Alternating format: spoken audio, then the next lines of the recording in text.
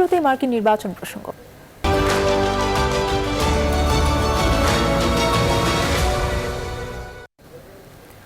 বহুল প্রতীক্ষিত মার্কিন প্রেসিডেন্ট নির্বাচনের ভোট গ্রহণ শুরু হয়ে গেছে। এরই মধ্যে নিউ হ্যাম্পশায়ারে মাঝরাতে এবং আরও কয়েকটি অঙ্গরাজ্যে ভোর থেকেই ভোটের বুথগুলো খুলে দেওয়া হয়েছে। ভোট গ্রহণ চলবে রাত ৯টা পর্যন্ত। এছাড়া আগাম ভোট হিসেবে এরই মধ্যে জমা পড়েছে প্রায় ১০ কোটি ভোট। নাহিদ জিহানের ডেস্ক রিপোর্ট।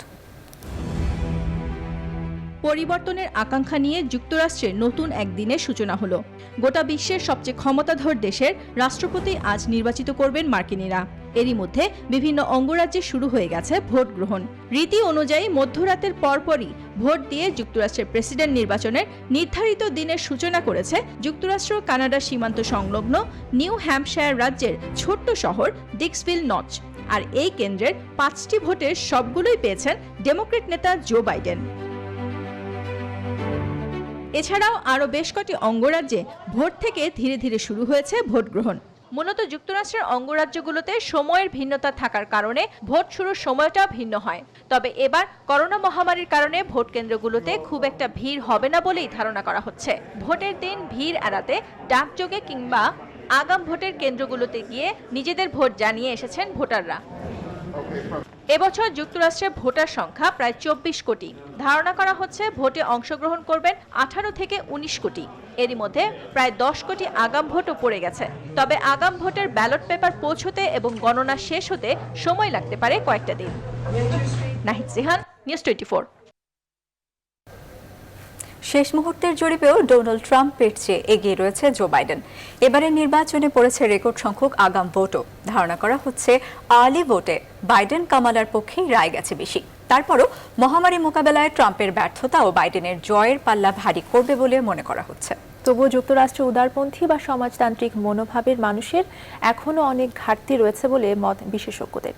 এছাড়াও একজন প্রার্থীকে টানা দুবার হোয়াইট হাউসের চাবি দেবার ইতিহাস রয়েছে মার্কিন রাজনীতিতে। সেই হিসেবে ট্রাম্পের জয়ের সম্ভাবনাও প্রবল। আসমাতুলির ডেস্ক রিপোর্ট। রাজনৈতিক বিশ্লেষকদের মতে মার্কিন ইতিহাসে ২০২০ সালের প্রেসিডেন্ট নির্বাচন হবে প্রার্থীদের জন্য অনেক বেশি চ্যালেঞ্জিং। কারণ অভ্যন্তরীণ রাজনীতি, আন্তর্জাতিক পট পরিবর্তন, সেই সঙ্গে করোনা মহামারীর মারাত্মক প্রভাবের কারণে বদলে গেছে অনেক হিসাব নিকাশ। শুরু থেকে শেষ পর্যন্ত প্রায় সব জনমত জরিপেই ট্রাম্পের চেয়ে এগিয়ে রয়েছেন জো বাইডেন। এমনকি রেকর্ড সংখ্যক আগাম ভোটে ডাকযোগে রায় পড়েছে বেশি। তাই ধারণা করা হচ্ছে যেহেতু ট্রাম্প ভোট জালিয়াতির শঙ্কায় পোস্টাল ভোটের বিরোধী ছিলেন, সেহেতু বাইডেনের সমর্থকরাই ডাকযোগে রায় দিয়েছেন বেশি। তার উপর করোনা মোকাবেলায় ট্রাম্প প্রশাসনের ব্যর্থতা, মেয়াদের শেষ পর্যায়ে এসে বর্ণবাদের পক্ষে সরকারের ফিরিস্তি রিপাবলিকানদের প্রতি মার্কিন ভোটারদের অনীহা সৃষ্টি করেছে। অন্যদিকে যুক্তরাষ্ট্রে বসবাসরত অসংখ্য বৈধ বা অবৈধ অভিবাসী রয়েছে, যারা কঠোর অভিবাসী নীতির কারণে ট্রাম্পের প্রতি নাখোশ। তাই বিভিন্ন জনমত জরিপেই নির্বাচনের চূড়ান্ত ফলাফলে প্রতিফলিত হতে পারে বলে ধারণা অনেকের। তবে ইতিহাস বলছে ২০১৬-তে ৩০ লক্ষ ভোট বেশি পেয়েও রিপাবলিকান ডোনাল্ড ট্রাম্পের কাছে ধরাশায়ী হয়েছিলেন সাবেক ফার্স্ট লেডি হিলারি ক্লিন্টন। কারণ মার্কিন নির্বাচনের প্রক্রিয়াটি বেশ দীর্ঘ ও জটিল। সেখানে শুধুমাত্র জনগণের সরাসরি ভোটে প্রেসিডেন্ট নির্বাচিত হয় না, ইলেকটোরাল কলেজ ভোটেরও বিরাট প্রভাব রয়েছে। নির্বাচনে জয়ী হতে হলে একজন প্রার্থীকে ৫৩৮টি ইলেকটোরাল ভোটের মধ্যে অবশ্যই ২৭০টি ভোট পেতে হবে। তাই ২০১৬-র মতো এবারও কি ডোনাল্ড ট্রাম্প নির্বাচিত হবেন, নাকি হিলারি ক্লিন্টন যেটা পারেনি ২০২০-এ এসে ট্রাম্পকে পরাজিত করে ৭৭ বছর বয়সী বাইডেন হোয়াইট হাউসে যাবেন, তা দেখতে অপেক্ষা করতে হবে নির্বাচনের চূড়ান্ত ফলাফলের জন্য। আসমাতুলি, নিউজ 24। প্রেসিডেন্ট ডোনাল্ড ট্রাম্পের দাবি, বাইডেনের সমর্থকেরা যুক্তরাষ্ট্রে নৈরাজ্য করার জন্য মুখিয়ে রয়েছে। তারা রায়ট, লুট আর অগ্নিসংযোগ করার প্রস্তুতি নিচ্ছেন। তার ডেমোক্রেটদের শক্তভাবে মোকাবেলার আহ্বান জানিয়েছেন ট্রাম্প। সব মিলে মার্কিন প্রেসিডেন্ট নির্বাচনকে ঘিরে সহিংসতা ছড়িয়ে পড়ার আশঙ্কা করা হচ্ছে। ভোটের মাঠে এবার নিরাপত্তা নজিরবিহীন ব্যবস্থা নেওয়া হয়েছে। নির্বাচনের দিন সম্ভাব্য সব ধরনের সংঘাত ঠেকাতে প্রস্তুত দেশটির পুলিশ বিভাগও। মাসুদ রানার ডেস্ক রিপোর্ট। কড়া নিরাপত্তায় শুরু হয়েছে যুক্তরাষ্ট্রের প্রেসিডেন্ট নির্বাচন। দেশটির রাজধানী ওয়াশিংটন ডিসি থেকে শুরু করে প্রধান প্রধান নগরীতে সোমবার থেকে শুরু হয়েছে পুলিশি টহল। নিরাপত্তার জন্য হোয়াইট হাউসের চারপাশে কাঁটাতারের বেষ্টনী এবং দেওয়া হয়েছে কংক্রিটের ব্যারিকেড। মার্কিনীদের আশঙ্কা, ফলাফলে যাই হোক নির্বাচনী সহিংসতা ছড়িয়ে পড়তে পারে। সহিংসতা এড়াতে অনেক ব্যবসা প্রতিষ্ঠান সহ বিভিন্ন সরকারি ভবনে নিরাপত্তা জোরদার করা হচ্ছে। রিপাবলিকান প্রেসিডেন্ট ডোনাল্ড ট্রাম্পও জানিয়েছেন তার সেই আশঙ্কার কথা। ডেমোক্রেটিক পার্টির লোকজন লুটতরাজ করার জন্য মুখিয়ে আছে। বাইডেনের সমর্থকরা লুট আর অগ্নিসংযোগ করার প্রস্তুতি নিচ্ছে। তাদের শক্তভাবে মোকাবেলা করতে হবে। এরই মধ্যেই পরিকল্পিত মহড়া এবং আগাম ভোট কেন্দ্রগুলো পরিদর্শন করেছে নিরাপত্তা বাহিনী।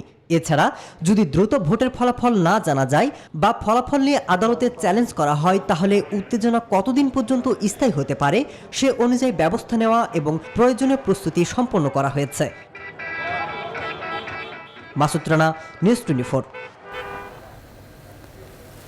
ইউএস নির্বাচন নিয়ে আরও বিস্তারিত জানাতে যুক্তরাষ্ট্র থেকে আমাদের সঙ্গে সরাসরি আলোচনায় যুক্ত হচ্ছেন একজন অতিথি, ফাহাদ সোলাইমান, ইউএস ডেমোক্রেট অর্গানাইজার। ফাহাদ সোলাইমান, আপনাকে স্বাগত জানাচ্ছি। নির্বাচনে ডেমোক্রেট সমর্থকরা বিশৃঙ্খলতা সৃষ্টি করতে পারে এমন আশঙ্কা প্রকাশ করেছেন ট্রাম্প। আপনি জানেন, আপনি এই দলের হয়ে বহু বছর ধরে কাজ করছেন। আপনার প্রতিক্রিয়া কি? আর বিভিন্ন অঙ্গরাজ্যে এরই মধ্যে ভোট শুরু হয়েছে, আপনি শেষ খবরটা জানাবেন আমাদের। আসলে ধন্যবাদ সামিয়া আপনাকে। আসলে আমরা যা দেখছি ব্যাপারটা ট্রাম্পের সমস্যা, যেটা আমরা ধারণা করছি ডেমোক্রেটরা ট্রাম্পের অবস্থা আপনারা জানেন বিভিন্ন জরিপে অনেক পিছিয়ে এসে, সো অনেক পিছানোর পরও ট্রাম্প যদি এবার হেরে যায়, এবার আপনি জানেন যে বিচার বিভাগ জাস্টিস সিস্টেমে সে তার নিজস্ব পছন্দের মানুষকে ঠিক ইলেকশনের আগে অ্যাপয়েন্টমেন্ট দিয়েছে। সো আমাদের এটা দেখতে হবে যে ট্রাম্পের একটা মানে প্ল্যান আছে, যদি সে হেরে যায় তাহলে সে বিচার বিভাগকে কাজে লাগাবে, সে ডেফিনেটলি কেসে যাবে। আপনারা জানেন যে একটার পর একটা ট্রাম্প করেই যাচ্ছে, ইমিগ্রেশন আইন থেকে শুরু করে সে যত কিছু করেছে, করোনা মোকাবেলায় কত মানুষ মারা গেছে, প্রিপেয়ার্ড না। পৃথিবীর নাম্বার 1 কান্ট্রি আমরা বলি, কিন্তু করোনা ভাইরাসের সময় আমরা জানি যে পরিমাণ মানুষ আমেরিকাতে মারা গিয়েছে, হসপিটালে জায়গা ছিল না। সামান্য 2 লক্ষ লোক, প্রথম দিকে তো ধরেন 1-1.5 লক্ষ লোকের মতো অসুস্থ হয়েছিল, সেটাই মোকাবেলা করার মতো ক্ষমতা ছিল না নিউ ইয়র্কের মতো স্টেটের। নিউ ইয়র্ক স্টেট যেখানে বলা হয় new York city is the capital of the world, সেই নিউ ইয়র্ক সিটিতে কেপেবল ছিল না। সো এগুলো আসলে ট্রাম্প দায়ভার এড়াতে পারবে না। এবং যখন করোনা মার্কেটে, যখন আপনার দেশে চায়নাতে আসে, মানে মার্কেটে চলে আসে, যে বিভিন্ন ধরনের মানুষ যখন করোনা অ্যাটাক এফেক্টেড হচ্ছিল, সেই সময় কিন্তু ট্রাম্পের প্রস্তুতি ছিল না, যার কারণে আজকে আমেরিকাতে এত লোক, এখন পর্যন্ত এত লোক এফেক্টেড এবং মারা গিয়েছে। আমরা তাদের আত্মা মাগফিরাত কামনা করি। এবং হসপিটাল গুলো প্রিপেয়ার ছিল না, ট্রাম্প এর দায়ভার এড়াতে পারছে না। সেকেন্ড হলো ইমিগ্রেশনের ব্যাপারে, সে যেভাবে কঠোর আইন, এই দেশ হলো ইমিগ্রেন্ট, এখানে কোনো মানুষ নিজস্ব কান্ট্রি বলতে পারে না। এখানে কেউ 400 বছর আগে আসছে, কেউ 100 বছর, কেউ 20 বছর, 30 বছর, সেভাবে কিন্তু এই দেশে আসা। এটা হলো কান্ট্রি অফ ইমিগ্রেন্ট। সো এখানে ট্রাম্প যেভাবে রেশিয়াল ডিসক্রিমিনেশন করে ক্ষমতায় আসতে পেরেছিল 2016-এ, সেটা মনে হয় 2020 সালে মানুষজন বুঝে গিয়েছে ওর গেম।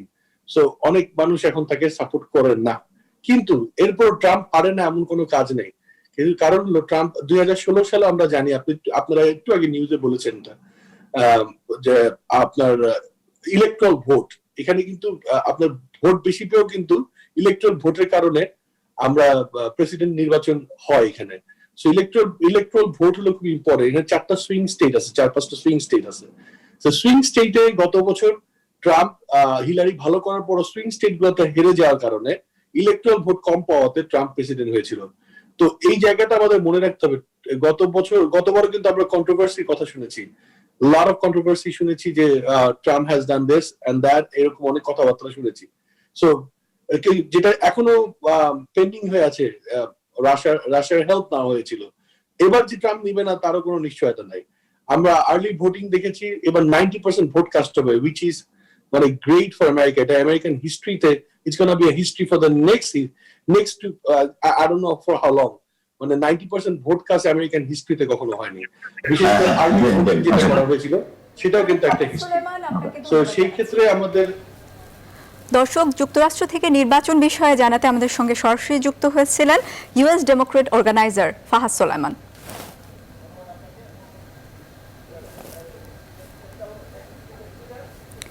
এবারে যুক্তরাষ্ট্র থেকে আমাদের সঙ্গে যুক্ত হচ্ছেন আরেকজন অতিথি, বাংলাদেশি আমেরিকান রিপাবলিকান অ্যালায়েন্সের সেক্রেটারি জেনারেল প্রিয়তোষ দে।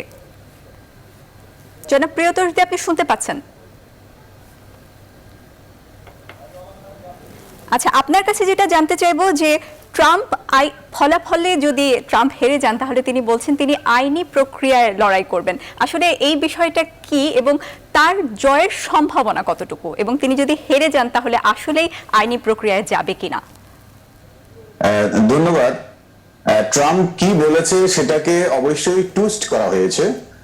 আপনি বলছেন যে ট্রাম্প হেরে গেলে আইনি প্রক্রিয়ায় যাবে, কথাটা আর একটু সুন্দরভাবে শুদ্ধভাবে বলতে হবে। ট্রাম্প বলেছে যদি কোনো কারণে আমাদের মেইল ব্যালট মানে ব্যালট যদি মেইলে পাঠিয়ে দেওয়া হয়, সেগুলোতে যদি কোনো ধরনের গন্ডগোল হয়, কারণ এইবারের প্রথম নির্বাচন বা আমেরিকার মতো একটা দেশে ঐতিহাসিকভাবে এই প্রথম ব্যালটের মাধ্যমে মেইলের মাধ্যমে যে ব্যালটের ভোটগুলো দিয়ে অত্যন্ত দ্রুত ব্যবস্থা করা হয়েছিল। আমাদের ইউএসপিএস যে মেইল সিস্টেম রয়েছে সেখানে অনেক ত্রুটি বিচ্যুতি রয়েছে, প্লাস অনেকগুলো ব্যালট পেপার অনাকাঙ্ক্ষিত জায়গায় পাওয়া গিয়েছে। তো এই সমস্ত এক্সাম্পলের বিবেচনা করে ট্রাম্প বলেছিল যদি গণনায় কোনো ত্রুটি হয়ে থাকে অথবা ব্যালটে কোনো রিগিং হয়ে থাকে তাহলে আমাকে আইনের আশ্রয় নিতে হতে পারে। তো সেই ক্ষেত্রে আমি মনে করি যদি কোনো ধরনের অনিয়ম ঘটে থাকে আমেরিকার এই নির্বাচনে, এটা হলো যে স্মরণকালের সবচেয়ে ঐতিহাসিকভাবে এক ধরনের ব্যতিক্রম ধরনের নির্বাচন, যে নির্বাচনে আমাদের আর্লি ভোটিং এ আপনি দেখতে পেয়েছেন আর্লি ভোটিং এ গতবারের ইলেকশনের সমপর্যায়ে ভোট কাউন্ট হয়ে গিয়েছে। তো এই অবস্থায় এমন একটা টেন্স বিরাজ করছে আমাদের প্রত্যেকের জনগণে, রিপাবলিকান বলুন আর ডেমোক্রেট বলুন, আমেরিকার জনগণ যথেষ্ট টেন্সে রয়েছে, কারণ একের পর এক বিভিন্ন বিপর্যয় এবং বিভিন্ন প্রতিকূলতার মধ্য দিয়ে আমাদের এই ইলেকশন করতে হচ্ছে। সেক্ষেত্রে ট্রাম্প যেটা দেখতে পাচ্ছে, ট্রাম্প বলছে যে গত মেইল ইন ব্যালট সেটা আমরা সাধারণত আমেরিকার নিয়ম অনুযায়ী হয়ে থাকে, তবে সেখানে অ্যাটেস্টিং এর প্রয়োজন হয়, আপনি আগে রিকোয়েস্ট করতে হয়, তারপরে আপনাকে এখানে কারচুপির একটা সম্ভাবনা রয়েছে, তিনি সেই আশঙ্কা করছেন। আপনাকে অনেক অনেক ধন্যবাদ জনাব প্রিয়তোষ দে। আমরা যুক্ত হয়েছিলাম দর্শক, যুক্তরাষ্ট্রের সরাসরি যুক্ত হয়েছিলাম বাংলাদেশ আমেরিকান রিপাবলিকান অ্যালায়েন্সের সেক্রেটারি জেনারেল প্রিয়তোষ দের সাথে। মার্কিন নির্বাচন নিয়ে আরো খবর থাকছে সংবাদের পরের অংশে। এবারে চলে যাচ্ছি অন্যান্য প্রসঙ্গে। প্রধানমন্ত্রী শেখ হাসিনা বলেছেন সুবিধা বঞ্চিত একটি এলিট শ্রেণী সরকারের সমালোচনা করলেও সাধারণ জনগণ আওয়ামী লীগের পক্ষে রয়েছে। জেল হত্যা দিবস উপলক্ষে আলোচনায় তিনি আরো বলেন আওয়ামী লীগ জনগণের দল, তাই এর বিরুদ্ধে ষড়যন্ত্র করে লাভ হবে না। শাহ আলী জয়ের রিপোর্ট। জেল হত্যা দিবস উপলক্ষে জাতীয় চার নেতার স্মরণে দলের কেন্দ্রীয় কার্যালয়ে আওয়ামী লীগের এই আলোচনা সভা। ভার্চুয়াল প্ল্যাটফর্মে গণভবন থেকে এতে যুক্ত হন দলের সভাপতি প্রধানমন্ত্রী শেখ হাসিনা। এ সময় প্রধানমন্ত্রী বলেন যারা বাংলাদেশের স্বাধীনতা মানতে পারেনি তারাই 15ই আগস্ট এবং 3রা নভেম্বরের খুনি। স্বাধীনতা বিরোধী এই চক্রের ষড়যন্ত্র এখনো অব্যাহত রয়েছে বলে মন্তব্য করেন তিনি। সেখানে এখন নানা কথা, একজন এক এক জায়গা থেকে নানা বচন দিচ্ছে, নানা কথা বলছে, নানা প্রশ্ন করছে। তো অনেকে নানা ধরনের প্রশ্ন করে, আবার কারো কারো কথা যে বাংলাদেশ কি এক দলই চলে যাচ্ছে। তো সত্যিকার জনগণের দল, হ্যাঁ আমাদের কিছু বাম দল আছে, তারা সাধারণ মানুষকে নিয়ে রাজনীতি করে, কমিউনিস্ট পার্টি আছে সাধারণ মানুষকে নিয়ে রাজনীতি করে, কিন্তু প্রকৃতপক্ষে গণতান্ত্রিক দল হিসেবে তো আওয়ামী লীগ। দেশের নির্বাচন নিয়ে যারা সরকারের সমালোচনা করেন তাদের জিয়াউর রহমানের হ্যাঁ না ভোট এবং বেগম জিয়ার আমলে 96-এর 15ই ফেব্রুয়ারির ভোটের কথা স্মরণ করিয়ে দেন প্রধানমন্ত্রী। 96 সালে 15ই ফেব্রুয়ারি একটা নির্বাচন করলো, যে নির্বাচনে কোনো দল অংশগ্রহণ করেনি। ভোটারবিহীন একটা নির্বাচন, 2% ভোট পড়ে নাই, কিন্তু সে দেখালো যে 2/3 মেজরিটি পেয়ে পার্লামেন্টে। আমরা আন্দোলন করেছি, মার্চের 30 তারিখে খালেদা জিয়া জনগণের অভ্যুত্থানে বাধ্য হয়েছিল পদত্যাগ করতে। মাত্র 1.5 মাসের মধ্যে তাকে পদত্যাগ করে চলে যেতে হয়েছিল ভোট চুরির অপরাধে।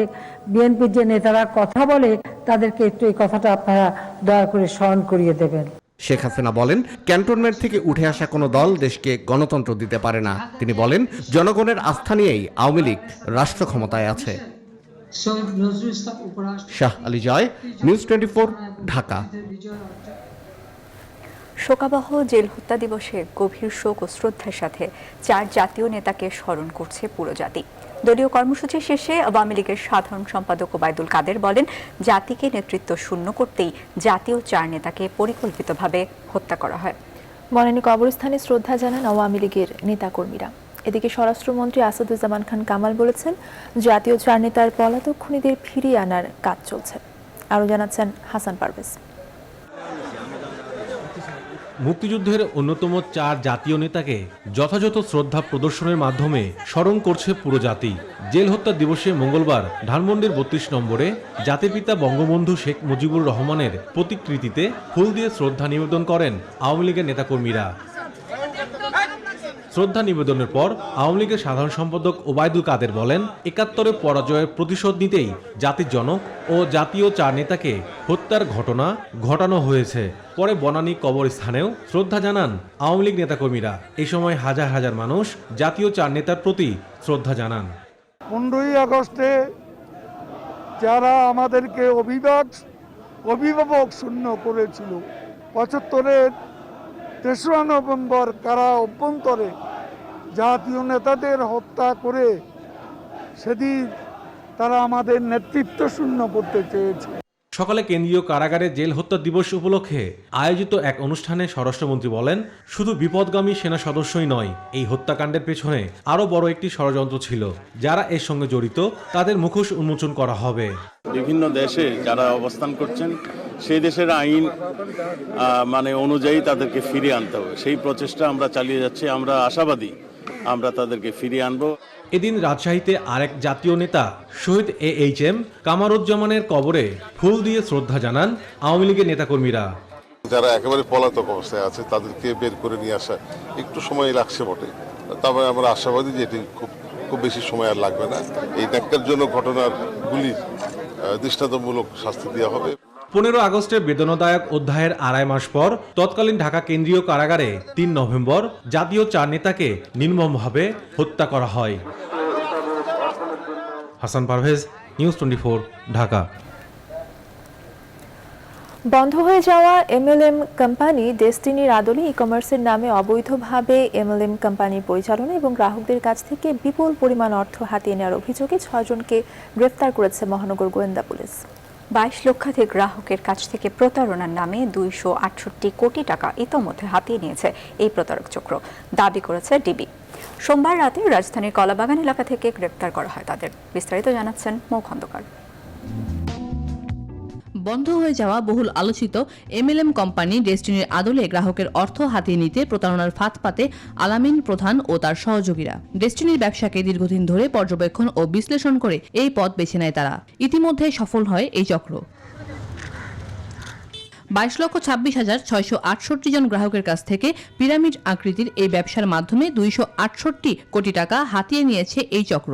এদের মধ্যে 17টি দেশের প্রবাসী বাংলাদেশি সদস্য ছিলেন প্রায় 5 লাখ। চলতি বছরের 1 জানুয়ারি ই-কমার্সের নামে লাইসেন্স নিয়ে মাত্র 8 মাসে সাধারণ মানুষের কাছ থেকে অর্থ হাতিয়ে নেয় SPC ওয়ার্ল্ড এক্সপ্রেসের নামের এই প্রতিষ্ঠান।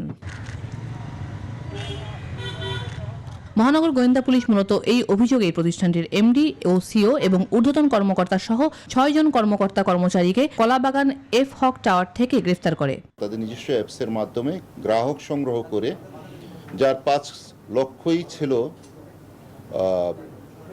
বিদেশি গ্রাহক।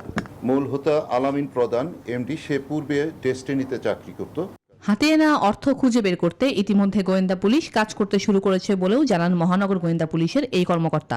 ইতিমধ্যে তাদের যে কার্যক্রম সেটিকে তদন্তাধীন অবস্থায় আছে। বাংলাদেশ ব্যাংকে আমরা এটা আমাদের তদন্তের মধ্যেই যে তাদের ব্যাংকগুলির অ্যাকাউন্টগুলিকে জব্দ করা এবং এই তদন্ত চালিয়ে যাওয়ার কাজগুলি করছি। স্বপ্নদিত হয়ে গোয়েন্দা পুলিশ এই অভিযান পরিচালনা করেছে জানিয়ে ডিবি বলছে, অবৈধভাবে গ্রাহকের অর্থ হাতিয়ে নেওয়া প্রতিষ্ঠানগুলোর বিরুদ্ধে অভিযান অব্যাহত রাখবেন তারা। মৌ খন্দকার, নিউজ 24, ঢাকা। বিদ্যুৎ প্রকল্পে 2,60,00,000 টাকা আত্মসাতের অভিযোগে প্রধান প্রকৌশলী সহ 6 জনের বিরুদ্ধে মামলা করেছে দুদক। মঙ্গলবার দুদকের সহকারী পরিচালক মামুনুর রশিদ চৌধুরী বাদী হয়ে দুদকের সমন্বিত জেলা কার্যালয় চট্টগ্রাম 1-এ মামলাটি করেন বলে জানিয়েছেন দুদকের সিনিয়র সচিব দেলোয়ার বক্ত। মামলায় বলা হয়েছে, আসামিরা পরস্পর যোগ সাজস্যে ক্ষমতার অপব্যবহার করে ব্যক্তিগত লাভবান হওয়ার উদ্দেশ্যে বৈদ্যুতিক মোটর কেনাকাটায় দুর্নীতি করেছে। শিকলবাহা 150 মেগাওয়াট পিকিং পাওয়ার প্ল্যান্টের জরুরি বিবেচনায় মালামাল কেনায় কমার্শিয়াল ইনভয়েস ও আমদানিকারকের এলসি অনুযায়ী জাল জালিয়াতি করে অর্থ আত্মসাৎ করে। সরকারি অর্থ আত্মসাতের অভিযোগে দুদক এই মামলাটি করেছে বলে জানান দুদকের সিনিয়র সচিব। ঠিকাদার যে মূল্যে সেটি নিয়ে এসেছেন তার চেয়ে অনেক বেশি মূল্য দেখে সেটি ক্রয় করা হয়েছে। দুর্নীতির মাধ্যমে 2,59,00,000 টাকা সরকারি অর্থ ক্ষতি সাধন করা হয়েছে বা আত্মসাৎ করা হয়েছে।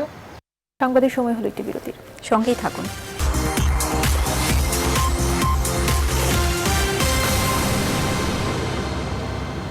আবারও স্বাগত। আপনারা দেখছেন সন্ধ্যা 7টার সংবাদ। নো মাস্ক নো সার্ভিসের নির্দেশ দিয়েছেন প্রধানমন্ত্রী, কিন্তু অনেক জায়গাতে মাস্ক ছাড়াই সেবা দেয়া নেওয়া হচ্ছে। রাস্তাঘাটেও মানুষের মধ্যে নেই মাস্ক পরার সচেতনতা। এদিকে চিকিৎসকরা বলছেন, করোনা ভাইরাসের দ্বিতীয় ঢেউ ঠেকাতে মাস্কের কোনো বিকল্প নেই। অন্তরা বিশ্বাস জানাচ্ছেন বিস্তারিত। রাজধানীর নতুন বাজার এলাকা, অধিকাংশ মানুষের মুখেই মাস্ক নেই, অথচ বাংলাদেশে এরই মধ্যে 4 লাখেরও বেশি মানুষ করোনা আক্রান্ত হয়েছেন। মৃতের সংখ্যা 6,000 ছুঁই। সোমবার মন্ত্রিসভায় প্রধানমন্ত্রী Sheikh Hasina no mask no service নীতি ব্যাপকভাবে বাস্তবায়নের নির্দেশ দিয়েছেন। সামাজিক আন্দোলন, প্রচারাভিযান সহ যেভাবেই হোক মাস্ক পরাকে নিশ্চিত করতে বলেছেন প্রধানমন্ত্রী। অথচ অধিকাংশ মানুষের মাস্ক পরা নিয়ে রাজধানীর বিভিন্ন এলাকায় দেখা যাচ্ছে গা ছাড়া ভাব। অনেকের কাছে মাস্ক থাকলেও তা পরতে রয়েছে অনাগ্রহ। অনেকের থুতনিতে মাস্ক, অনেকের আবার মাস্কে মুখ ঢাকা কিন্তু নাক খোলা। বাজারগুলোতেও অনেক ক্রেতা বিক্রেতা মাস্ক পরাকে জরুরি মনে করছেন না। এগুলো কি এই সবসময় মাস্ক দিয়ে বই থাকবো নাকি? খেয়াল ছিল না, এই যে মাত্র আপনি বললেন এখন খেয়াল হইল। ব্যক্তিগত আমিও তো মনে হয় মাস্কটা মুখের নিচে ছিল, এটা অন্যায়। অফিস থেকে বেরোয় আসার পথে শুধু রাস্তায় বেরোয় আসলাম, এখন আবার বাসে ওঠার সময় পড়বো। আমার মাস্ক ছিঁড়ে গেছে আর কিনে না, এখানে পাই নাই। সরকারভাবে যেহেতু নির্ধারিত করছে অবশ্যই মানা উচিত। মাস্ক পরা, হাত ধোয়া এবং যতটা সম্ভব সামাজিক দূরত্ব মানার উপরে জোর দিচ্ছেন চিকিৎসকরা। শীতে করোনা ভাইরাসের দ্বিতীয় ঢেউ ঠেকাতে এই নিয়মগুলো মানতে হবে বলে মনে করছেন প্রধানমন্ত্রীর ব্যক্তিগত চিকিৎসক অধ্যাপক doctor ABM Abdullah. Police, RAB, BGB, প্রয়োজনে সেনাবাহিনীকে নিয়েও যদি আমরা এটা চেষ্টা করি, প্রয়োজন একটা জরিমানাও করতে হতে পারে যাতে আইনটা কার্যকরী হয়। এই ব্যাপারে আমি মনে করি যথাযথ কার্যকরী ব্যবস্থা দ্রুত নেওয়া উচিত। এই কারণ সামনে তো ডিসেম্বর, শীত আসতেছে, আমাদের তো একটা ভয় আছে। বিশ্বে এরই মধ্যে 5.25 কোটি মানুষ করোনায় আক্রান্ত হয়েছেন, মারা গিয়েছেন 12 লাখের উপরে। অন্তরা বিশ্বাস, নিউজ 24, ঢাকা। জনগণের সারায় ঢাকা 18 আসনে নির্বাচনী উৎসব শুরু হয়েছে বলে দাবি আওয়ামী লীগের প্রার্থী মোহাম্মদ হাবিব হাসানের। বিএনপি প্রার্থী SM জাহাঙ্গীর হোসেনের অভিযোগ, যেখানেই বিএনপির প্রচারণা সেখানেই মিলছে ক্ষমতাসীন দলের বাধা। তবে নৌকার প্রার্থী বলছেন, বিএনপির 4 গ্রুপের দ্বন্দ্বেই প্রচারণায় বাধা আসছে। SM জাহাঙ্গীরের বিরুদ্ধে স্থানীয় বিএনপির বহিষ্কৃত নেতাকর্মীরাও বিক্ষোভ করেছে। বিস্তারিত তৌহিদ শান্তর প্রতিবেদনে। প্রচারণায় বিএনপির প্রার্থী SM জাহাঙ্গীরের পেছনে মানুষের এই লম্বা সারি।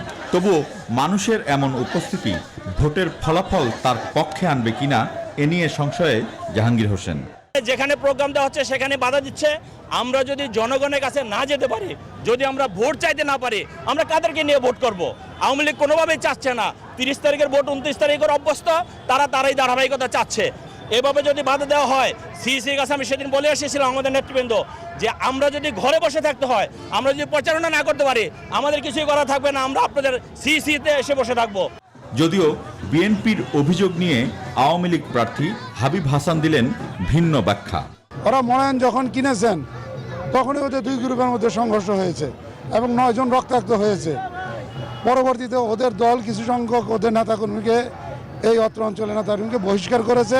তারই খুব হিসাবে তারই প্রতিপক্ষ কফিল গ্রুপ, সেগুন গ্রুপ, সাদি গ্রুপ, ওরা ওদের কর্মসূচি দিয়েছে। ওদের কাছে ওরা নিজেরই অন্তর্দ্বন্দ্ব করে ফ্যাসাদ সৃষ্টি করতেছে।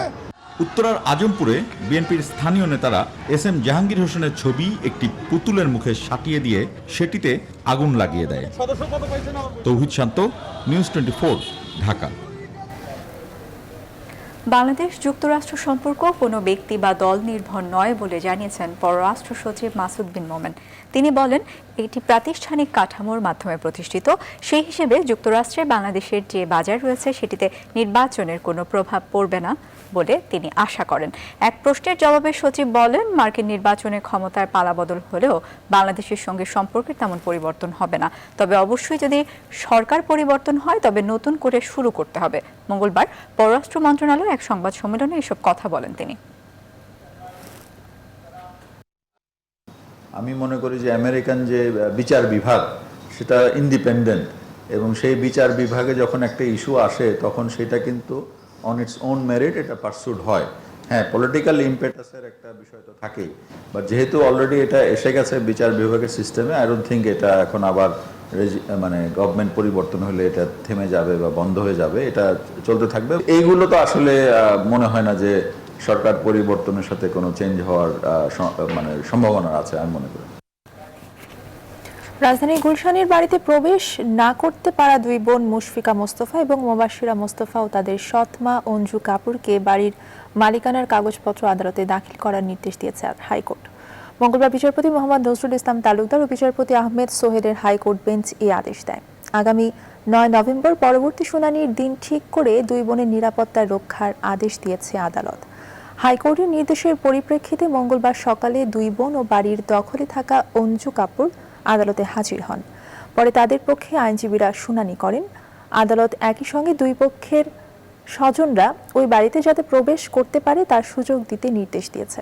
সঙ্গীত তারকা ফেরদৌস ওয়াহিদের ভাই পাইলট মোস্তফা জগলুল ওয়াহিদের দুই মেয়ে মুশফিকা ও মুবাশশিরাকে বাড়িতে প্রবেশ ও তাদের নিরাপত্তার ব্যবস্থা করতে 26 অক্টোবর গুলশান থানার ভারপ্রাপ্ত কর্মকর্তা মোহাম্মদ আবুল হাসানকে নির্দেশ দেয় হাইকোর্ট। এর আগে 26 অক্টোবর বাড়িতে ঢুকতে পারছে না দুই বোন শীর্ষক সংবাদ গণমাধ্যমে প্রকাশিত হওয়ার পর তা আমলে নিয়ে দুজনকে বাড়িতে প্রবেশ ও নিরাপত্তার ব্যবস্থা করতে রাজধানীর গুলশান থানার ওসি আবুল হাসানকে নির্দেশ দেয় হাইকোর্ট। এবারে করোনা পরিস্থিতি। গেল 24 ঘন্টায় বিশ্বজুড়ে 4,74,000-এর বেশি নতুন করোনা রোগী শনাক্ত হয়েছে। প্রাণহানি হয়েছে 5,700-র বেশি। করোনা সংক্রমণের দ্বিতীয় ঢেউয়ে 24 ঘন্টায় যুক্তরাষ্ট্রের সর্বোচ্চ প্রায় 90,000 রোগী শনাক্ত হয়েছে। মৃত্যু হয়েছে 522 জনের। গেল 24 ঘন্টায় ভারত ও ব্রাজিলে যথাক্রমে 37,000 ও 8,000-এর বেশি আক্রান্ত হয়েছে। 52,518 জন আক্রান্ত হয়েছে ফ্রান্সে, যা দেশটিতে করোনা ভাইরাস ছড়িয়ে পড়ার পর একদিনে সর্বোচ্চ আক্রান্তের রেকর্ড। মৃত্যু আর আক্রান্ত দ্রুত বৃদ্ধি পাচ্ছে ইতালি, ইরান, স্পেন সহ বিশ্বের বিভিন্ন দেশে। এ নিয়ে বিশ্বে মোট সংক্রমণের সংখ্যা ছাড়িয়ে গেল 4,73,00,000 আর মোট মৃত্যু বেড়ে দাঁড়ালো 12,12,000-এর বেশি। সময় হলো আরো একটি বিরতির, সঙ্গেই থাকুন।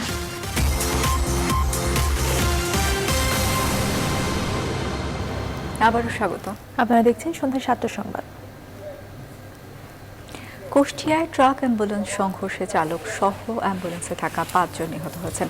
জীবিত উদ্ধার করা হয়েছে একজনকে। মঙ্গলবার বিকেল 3:30টার দিকে কুষ্টিয়া ঝিনাইদহ মহাসড়কের লক্ষ্মীপুরে এই দুর্ঘটনা ঘটে। পুলিশ জানায়, পাবনার হেমায়তপুর থেকে এক রোগীকে নিয়ে পরিবারের সদস্যরা অ্যাম্বুলেন্সে করে নড়াইল যাচ্ছিলেন। পথিমধ্যে লক্ষ্মীপুর বাজারের পাশে বৃত্তিপাড়ায় এলাকায় একটি মাইক্রোবাসকে সাইড দিতে গিয়ে বিপরীত দিক থেকে আসা ট্রাকের সঙ্গে অ্যাম্বুলেন্সের মুখোমুখি সংঘর্ষ হয়। এতে দুমড়ে মুচড়ে যাওয়া অ্যাম্বুলেন্সের ভেতরে 5 যাত্রী ঘটনাস্থলেই মারা যান। খবর পেয়ে ফায়ার সার্ভিস ও কুষ্টিয়া হাইওয়ে পুলিশ ঘটনাস্থলে পৌঁছে এক নারী সহ 5 জনের মরদেহ উদ্ধার করে। নিহতদের পরিচয় জানাতে পারেনি পুলিশ। হতাহতদের বাড়ি নড়াইল জেলায় লক্ষ্মীপাশা গ্রামে। সিকিউরিটি ইসলামী ব্যাংক অর্থ বাণিজ্যের সংবাদ। সূচক বাড়লেও লেনদেন কমেছে দেশের প্রধান পুঁজিবাজার ঢাকা স্টক এক্সচেঞ্জ ডিএসইতে। মঙ্গলবার এই বাজারে প্রধান সূচক ডিএসইএক্স প্রায় 10 পয়েন্ট বেড়ে অবস্থান করছে 4,928 পয়েন্টে। সূচকে ইতিবাচক ধারা বজায় থাকলেও লেনদেন হয়েছে 795 কোটি টাকা, যা তার আগের কার্যদিবসের চেয়ে প্রায় 100 কোটি টাকা কম। এই বাজারে লেনদেনে অংশ নেওয়া প্রতিষ্ঠানগুলোর মধ্যে দর বেড়েছে 110টির, কমেছে 170টি, আর অপরিবর্তিত দেখা গেছে 76টি কোম্পানির দাম। এদিকে অপর পুঁজিবাজার চট্টগ্রাম স্টক এক্সচেঞ্জ সিএসইতে প্রধান সূচক বেড়েছে প্রায় 55 পয়েন্ট। এই বাজারে মোট লেনদেন হয়েছে 28 কোটি 47 লাখ টাকার শেয়ার এবং মিউচুয়াল ফান্ড। সংবাদে নিচ্ছি আবারও বিরতি, সাথেই থাকুন।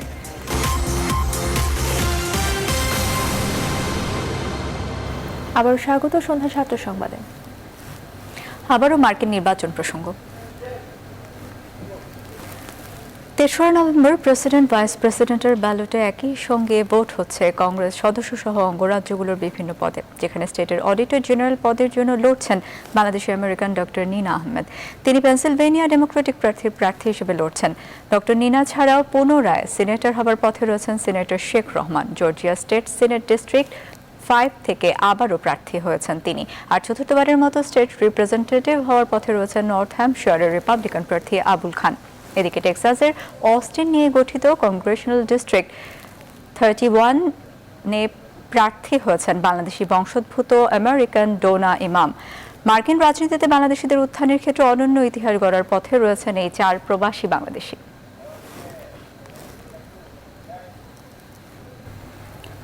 বঙ্গবন্ধু টি-20 টুর্নামেন্ট আয়োজনে স্পন্সরদের কাছ থেকে ইতিবাচক সাড়া পেয়েছে বিসিবি। করোনাকালেই প্রতিযোগিতার সাফল্য শিথিল করবে ওয়েস্ট ইন্ডিজ দলের বাংলাদেশ সফর, বলছেন বোর্ডের প্রধান নির্বাহী নিজামুদ্দিন চৌধুরী সুজন। এদিকে পিএসএল এ বিসিবির দেয়া নির্দেশনা মেনে খেলবে তামিম ইকবাল ও মাহমুদুল্লাহ রিয়াদ। আরও জানাচ্ছেন আরিফুল ইসলাম। সফলভাবে প্রেসিডেন্টস কাপ আয়োজনের পর বিসিবি ছক কষছে টি-20 টুর্নামেন্ট ঘিরে। বিজ্ঞাপন চেয়ে ইতিবাচক সাড়া পেয়েছে কর্পোরেটদের কাছ থেকে। বিসিবি সভাপতির ভাষ্য অনুযায়ী 15 নভেম্বর বল গড়ানোর কথা থাকলেও পেছালো দিন কয়েক। প্রস্তুতি সম্পন্ন করতে এমন সিদ্ধান্ত প্ল্যান করা আছে যে নভেম্বরের অ্যারাউন্ড 20 এর মধ্যে আমরা শুরু করব। সো 20, 21, 22 এর মধ্যে যে কোনো একটা সময় আমরা এভাবে আমাদের প্ল্যান করেই আমরা এগোচ্ছি। করোনাকালে বিসিবির ভাবনা জুড়ে খেলোয়াড়দের স্বাস্থ্য সুরক্ষা। টি-20 টুর্নামেন্টের সফল আয়োজনে বার্তা পৌঁছে যাবে অন্য দেশগুলোতে, যা শিথিল করবে ক্যারিবীয়দের বাংলাদেশ সফর। ইন্টারন্যাশনাল ক্রিকেট ফেরার আগে আমাদের এই প্ল্যানটা হচ্ছে যে আমরা প্রথমে, আপনারা জানেন যে আমরা আমাদের ফ্যাসিলিটিসগুলো ওপেন করে দিয়েছি, তারপর আমরা ইন্ডিভিজুয়াল প্র্যাকটিস দিয়েছি, তারপরে আমরা স্মল গ্রুপের প্র্যাকটিস দিয়েছি এবং তার পরবর্তীতে ন্যাশনাল টিম একটা প্র্যাকটিস করেছিল, যেটা আপনার শ্রীলঙ্কা ট্যুরকে টার্গেট করে। প্ল্যানেরই অংশ হিসেবে কিন্তু আমাদের একটা 5 টিম কম্পিটিশন। এদিকে বিসিবির দেয়া নির্দেশনা মেনে পিএসএল এ খেলবেন তামিম ইকবাল ও মাহমুদুল্লাহ রিয়াদ।